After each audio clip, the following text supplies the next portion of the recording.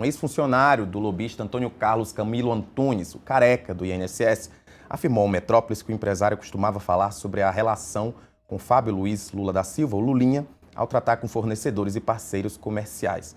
A informação foi apurada pelo colunista Tássio Lohan, que está ao vivo aqui conosco. Boa tarde, Tássio.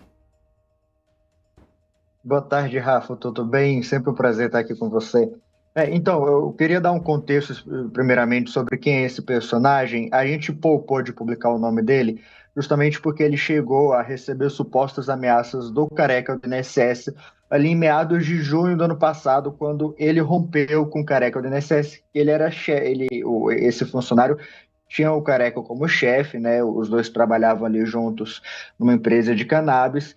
E essa pessoa tem sido uma testemunha muito importante nessa investigação da Polícia Federal, da Operação Sem Desconto, né, que investiga essas fraudes ali nas aposentadorias e pensões, num esquema revelado, inclusive, pelo Metrópolis.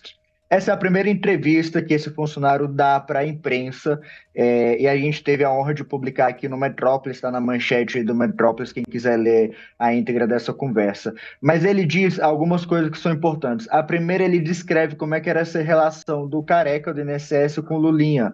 Ele cita aquela suposta mesada que o Lulinha recebia do careca do INSS ali em torno de R$ 250 mil por mês, né, uma mesada, que era paga ali pelo careca para o Lulinha. Ele diz também que o careca esbanjava o nome do Lulinha ali nas reuniões, quando ia tratar com fornecedores, ali reuniões internas ou mesmo externas ali com algum parceiro comercial. Ele mostrava essa proximidade com o Lulinha, né, o filho do presidente Lula, o que, junto com tudo que já foi revelado, começa a se desenhar algo que chama a atenção, que é a nossa coluna mostrou, por exemplo, que o careca do INSS já mandou uma encomenda para o apartamento do Lulinha em São Paulo. A coluna da Andresa Matais, do Metrópolis, também já mostrou que o Lulinha e o Careca já viajaram no mesmo voo para Portugal, para Lisboa, supostamente para fazerem negócio juntos ali.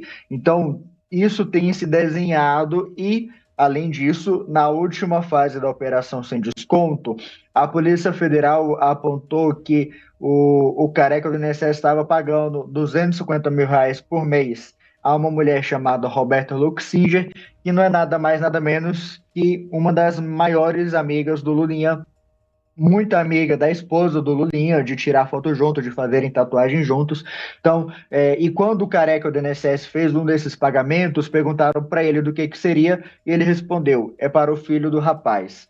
Então, essa conversa aí que eu tive com essa testemunha foi importante, porque ele começou a descrever, ele descreve ali como é que era a relação do careca do INSS com esses políticos, ele cita o Lulinha, cita o senador Everton, cita o Gustavo Gaspar, que é ex-assessor do Everton, cita a própria Roberta Luxinger, e além disso, tem uma outra matéria que a gente trouxe também sobre essa conversa que eu tive, que é mostrando a situação que essa testemunha está hoje. Por quê? Porque ela fez essa denúncia ali para a Polícia Federal, só que o nome dele acabou vazando numa decisão do ministro André Mendonça, e desde então, as palavras que ele mesmo usa, a vida dele virou inferno. Por quê? Porque ele recebe uma ameaça anteriormente do careca do INSS e acabam divulgando, os órgãos oficiais acabam divulgando que ele foi um dos autores da denúncia que acabou resultando, inclusive, da prisão do careca do INSS em setembro. Então, essa pessoa, ela está bastante abalada, está trancafiada dentro do apartamento dela. A gente visitou essa pessoa no apartamento, ela contou para a gente que já perdeu cerca de 15 quilos desde o meados ali do meio do ano passado, né, quando toda essa história acabou aí, bombardeando a República.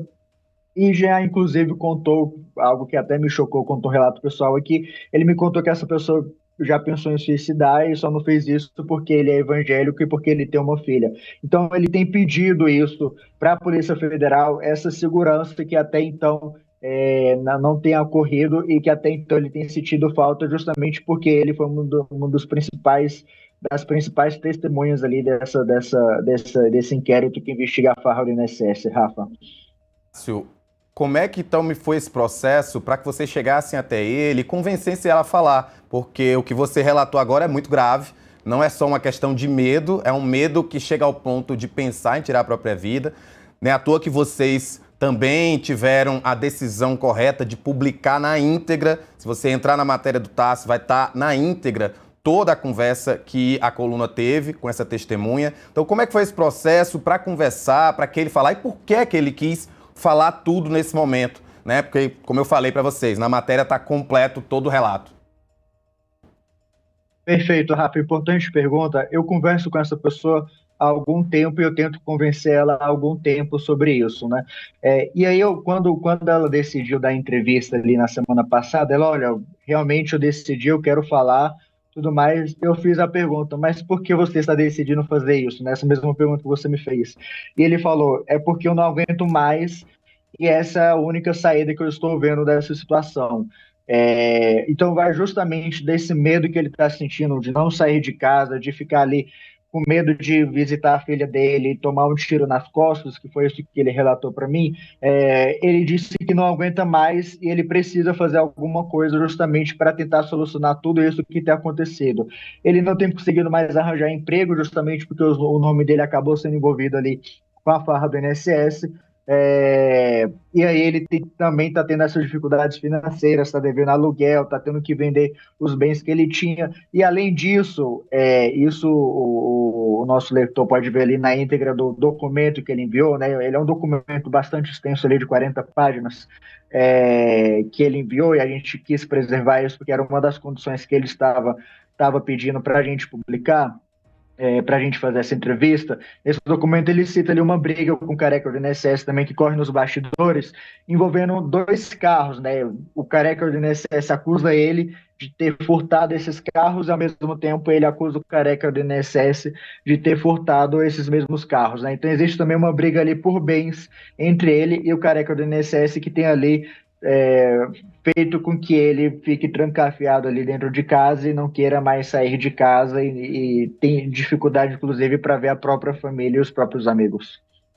Ele deu alguma justificativa de por que a Polícia Federal ainda não deu essa segurança que ele tanto pede? Há algum motivo específico?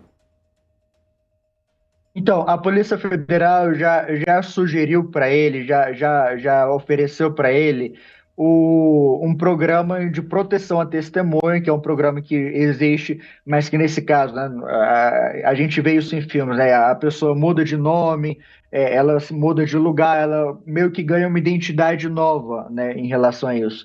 Ele recusou esse programa porque ele não quer viver desse jeito, e aí que está uma questão muito importante. O problema, ele acontece antes, que é quando a Polícia Federal e o Supremo Tribunal Federal expõem o nome dessa testemunha, uma decisão do ministro André Mendonça, quando prendeu o Careca do INSS em setembro, expôs o nome dessa testemunha, e desde então isso tem virado como ele mesmo diz, um inferno na vida dele, né? Porque ele no primeiro momento, ele colabora com a Polícia Federal, ele dá o passo a passo, ele aponta o nome do Lulinha, que até então ninguém imaginava que o filho do presidente da República estaria envolvido no escândalo do INSS.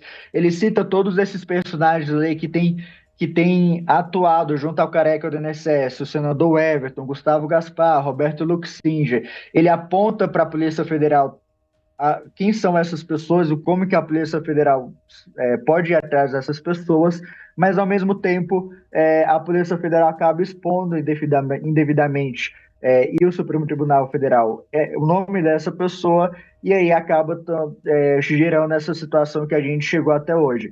A gente procurou a Polícia Federal ontem à noite, eles não quiseram se manifestar oficialmente, apesar disso uma fonte lá de dentro reforçou que tinha oferecido que a Polícia Federal tinha oferecido desse programa, mas é uma coisa que essa testemunha não está disposta a fazer, que é mudar de nome e mudar de lugar, de residência, tudo mais, ganhar uma nova identidade, né? O que ele falou para mim, que ele reforçou, ele quer a vida dele de volta, e isso não, ele não vê mais como ele consegue isso de volta.